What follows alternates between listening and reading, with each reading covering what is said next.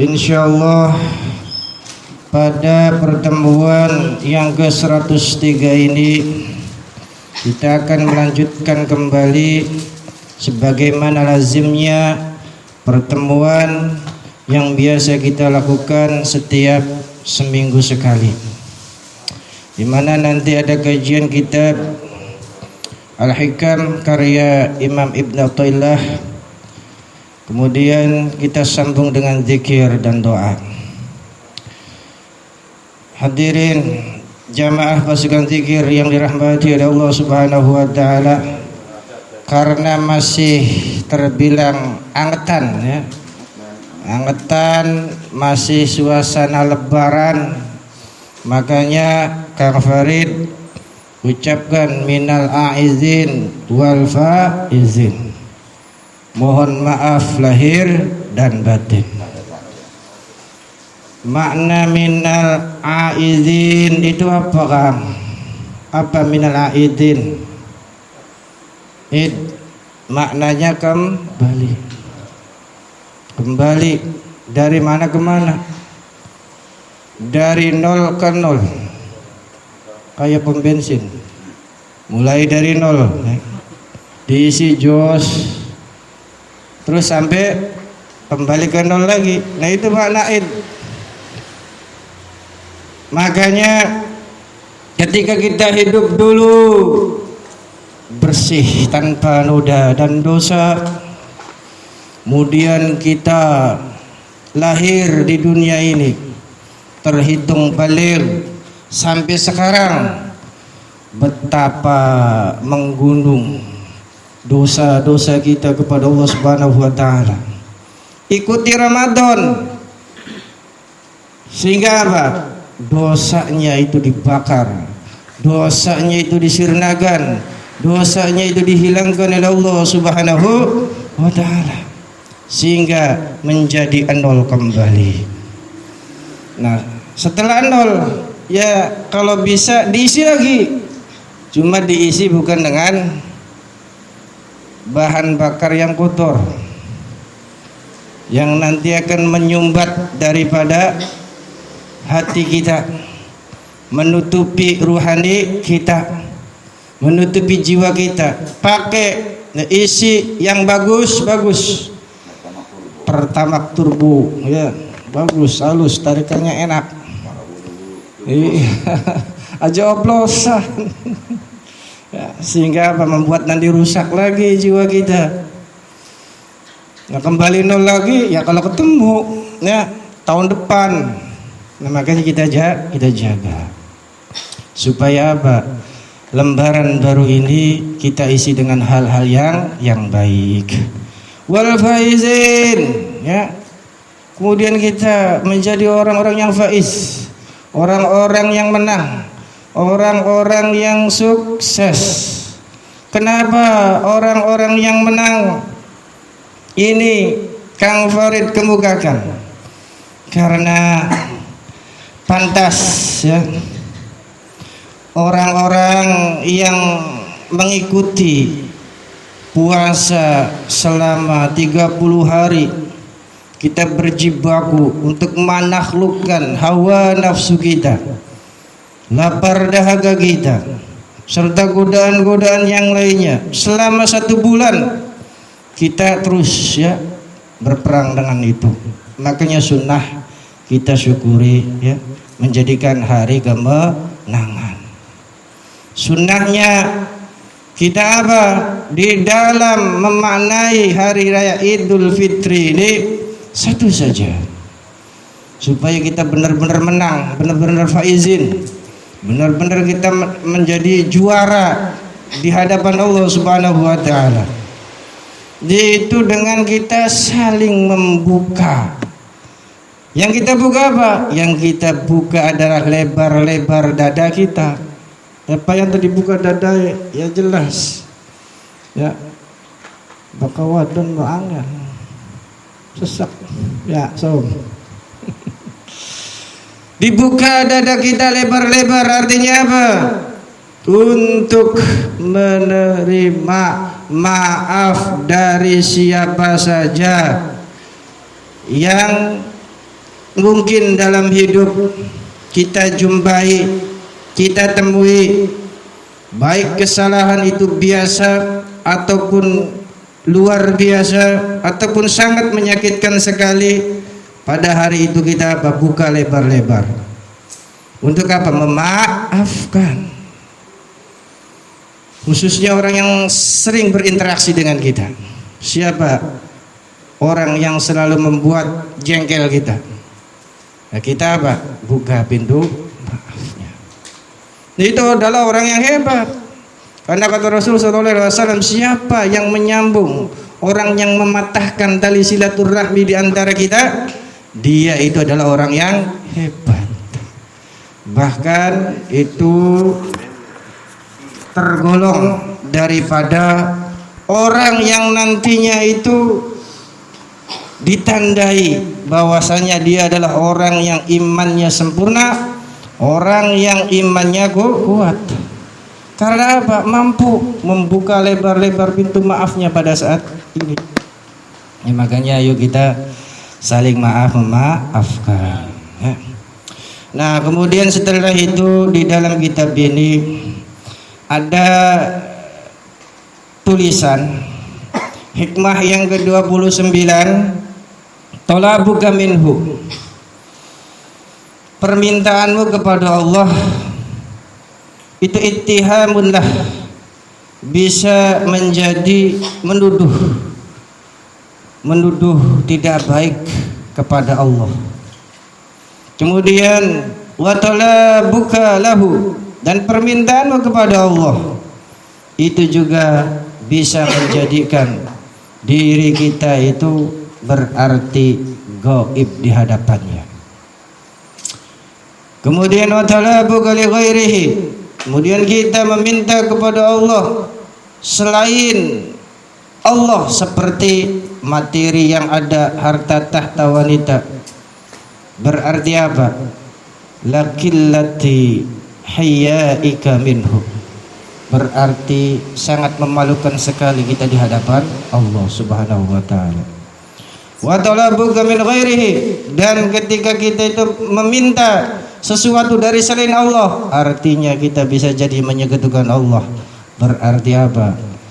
La wujudi bu'dika anhu, artinya kita itu benar-benar tampak jauhnya kita dari Allah Subhanahu wa taala. Makna ini masih perlu penjelasan yang sangat dalam. Jadi secara garis besar, ketika kita meminta sebagai hamba kepada Allah, idza sa'alaka ibadi anni fa inni qarib, ketika kita meminta kepada Allah Subhanahu wa taala, sesungguhnya Allah Subhanahu wa taala itu sangat dekat sekali dengan kita. Nah, makanya Kang Farid itu akan pancing supaya Pak kalian paham bentuk daripada permintaan kita kepada Allah Subhanahu wa taala itu modelnya ada 4. 3 itu mintanya pada Allah, yang 1 mintanya kepada selain Allah. Cuma yang 3 ini bisa dikategorikan su'ul adab, artinya tidak sopan kepada Allah Subhanahu wa taala. Ya, katakanlah kalau seandainya di sini yang jadi bestie siapa dengan siapa? Siapa di sini? Pak Topik dengan Pak Asmadi, Pak Yanto. Oh ya, Pak Yanto. Jadi misal di sini ya ada Pak Topik sama Pak Yanto, itu bestie. Nah, artinya teman akrab dekat sekali. Nah, gambaran itu apabila misal ya Pak Yanto itu masih meminta kepada Pak Topik, berarti Pak Yanto masih menuduh kepada Pak Topik itu tidak baik, kayak nggak percaya gitu ya kepada Pak Topik. Kenapa masih minta sih? Begitu ya. Nah makanya jangan sampai ketika kita itu meminta kepada Allah Subhanahu wa taala dikategorikan orang yang suul adab. Karena apa? Permintaan kita kepada Allah Subhanahu wa taala seolah-olah Allah Subhanahu wa taala itu kita tidak percaya dengan Allah yang Maha Memberi. Kemudian juga seolah-olah seperti Allah Subhanahu wa taala tidak memperhatikan kita. Nah, jangan seperti itu. Artinya kedekatan kita dengan manusia saja ya.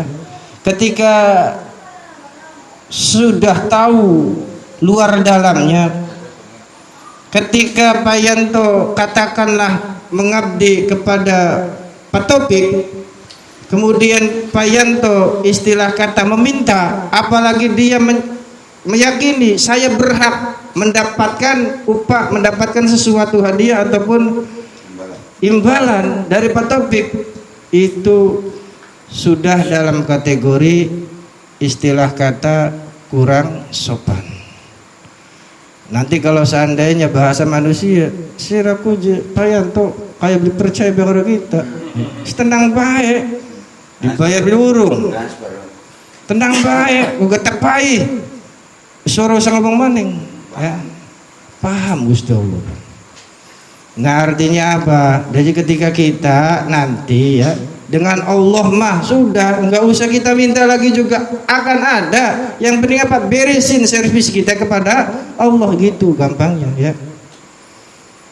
Nah jadi jangan sampai tadi kita ya meminta kepada Allah nanti seolah-olah ya kita tidak percaya kepada Allah. Kita meminta kepada Allah Subhanahu wa taala nanti seolah-olah kita tidak percaya kepada Allah Subhanahu wa taala yang telah menyediakan segalanya. Jadi kalau kita percaya kepada Allah, yakin Allah itu akan memberi tanpa kita minta. Begitu maksudnya. Ya, kerja aja dulu ya. Nanti juga beres dengan Allah mah pasti ya enggak bakalan salah ngasih. Kemudian yang kedua, talabuka lahu ghaibatun minka anhu. Jadi kalau ada orang yang masih ya meminta, di dalam permintaannya dia itu bertakarrub semata-mata untuk mendekatkan diri kepada Allah Subhanahu wa taala, juga disentil. Padahal mah benar secara syariat kita meminta agar dekat dengan Allah Subhanahu wa taala atas ibadah-ibadah yang ada. Tapi kalau seandainya kita masih meminta supaya kita itu dekat dan erat dengan Allah Subhanahu wa taala, itu menunjukkan bahwasanya engkau itu tidak hadir di hadapan Allah Subhanahu wa taala. Kalau kita yakin Allah hadir di hadapan kita, ada di hadapan kita, yakin di hadapan kita, kita enggak usah lagi meminta agar kita dekat dengan Allah. Berarti kamu ketika minta seperti itu, kata pengarang kitab, ya masih belum yakin kepada Allah. Dan yang paling parah ya mungkin di sini nomor 3, disentil ya. Untuk orang umum ini mah. Apa sentilannya? Talabuka li ghairihi, kita meminta kepada Allah tapi selain Allah, seperti materi-materi yang ada. Minta harta, minta tahta, minta wanita, itu benar secara syariat, enggak ada masalah. Tapi kalau menurut kacamata orang-orang tasawuf, jangan seperti itulah kita kepada Allah. Karena ketika kita meminta hal seperti itu, alangkah malunya kita di hadapan Allah Subhanahu wa taala. Ya makanya ya kita kalau seandainya ya benar-benar yang paling utama adalah Allah Subhanahu wa taala, ya tiada kepentingan ketika kita beribadah. Bukan untuk mencari A, bukan mencari B, bukan mencari C. Karena ketika kita berkepentingan kepada yang lain, ya maaf, ketika kepentingan itu sudah kita dapatkan, malas beribadah. Kebanyakan seperti itu. Dan memang terjadinya kebanyakan seperti itu kan ya. Kita ibadah lama-lama pengen kaya, kayaknya sudah, ya beres, ibadahnya selesai. Kita ya pengen menjadi orang hebat, jadi orang hebat dikasih oleh Allah, ya selesai ibadahnya. Nah makanya kata pengarang kitab Ibnu Athaillah, jangan seperti itu ketika kita beribadah. Ya jangan untuk seperti orang jualan. Kalau ada untung kita ayo lakukan, kalau enggak malas. Nah begitu ya pengertian singkatnya atau pengertian daripada gampangnya. Dan yang paling parah itu adalah tipe ketika kita minta kepada Allah itu yang keempat. Walaupun ini juga kalau seandainya dipandang secara kacamata syariat juga ya benar juga, nggak ada yang salah gitu ya. Coba supaya level kita di hadapan Allah Subhanahu wa taala itu meningkat. Ya ayo kita itu yang penting perbaiki servisnya kita kepada Allah Subhanahu wa taala. Jadi bila mana kita itu meminta talabuka ya min ghairihi, kita itu mencari ataupun meminta kepada selain Allah, ya udah jelas ini membuktikan bahwasanya kita itu sudah jauh sekali daripada Allah Subhanahu wa taala. Minta kepada makhluk contohnya ya, walaupun nanti dengan kacamata syariat bisa dibenarkan, mintanya apa dulu gitu ya, itu ya. Nah makanya dengan urusan makhluk dan makhluk, awas ya, kita itu harus hati-hati kalau kita kaitkan dengan tauhid kepada Allah Subhanahu wa taala. Tapi ya kebanyakan orang itu orang dengan orang yang meminta bukan hanya minta yang diperbolehkan oleh syariat, kadang-kadang dia itu menjilat, merendahkan diri, kadang-kadang tidak peduli, yang penting saya mendapatkan keuntungan ya, sampai dia itu rela kok menjadi sesuatu yang rendah di hadapan dia demi melayani, demi kita mendapatkan keuntungan untuk kita. Dan itu sangatlah tidak baik ya untuk kita terapkan. Nah, permintaan selain Allah yang mungkin yaitu bisa diperbolehkan itu adalah semata-mata untuk menuruti perintah Allah Subhanahu wa taala. Ya, jadi kalau kita meminta kepada makhluk ya sebagai syariatnya ya sah-sah saja gitu, asal kaitan dengan Allah Subhanahu wa taala gitu ya.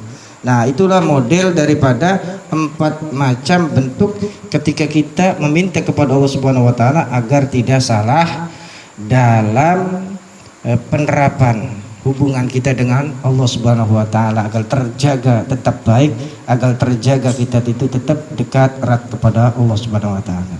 Kenapa ini dijelaskan? Karena sampai saat detik ini kita masih salah. Ya, iya kan? Jangankan yang nomor 1, yang nomor 4 saja kadang-kadang kita masih kita tabrak. Pantesan di situ ketika kita doa tidak langsung qabul ya. Karena apa?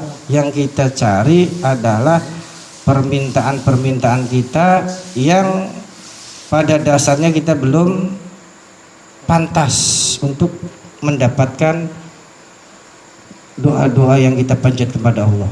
Karena apa? Ya yang menggawe nepe durung beres. Iya. Bayarannya pengen gajian. Ya nanti dulu. Ya mungkin itu saja dulu ya yang bisa disampaikan, semoga bisa dimengerti dan dipahami dan bisa menjadi motivasi kita untuk taqarrub ila Allah, mendekatkan diri kita kepada Allah Subhanahu wa taala.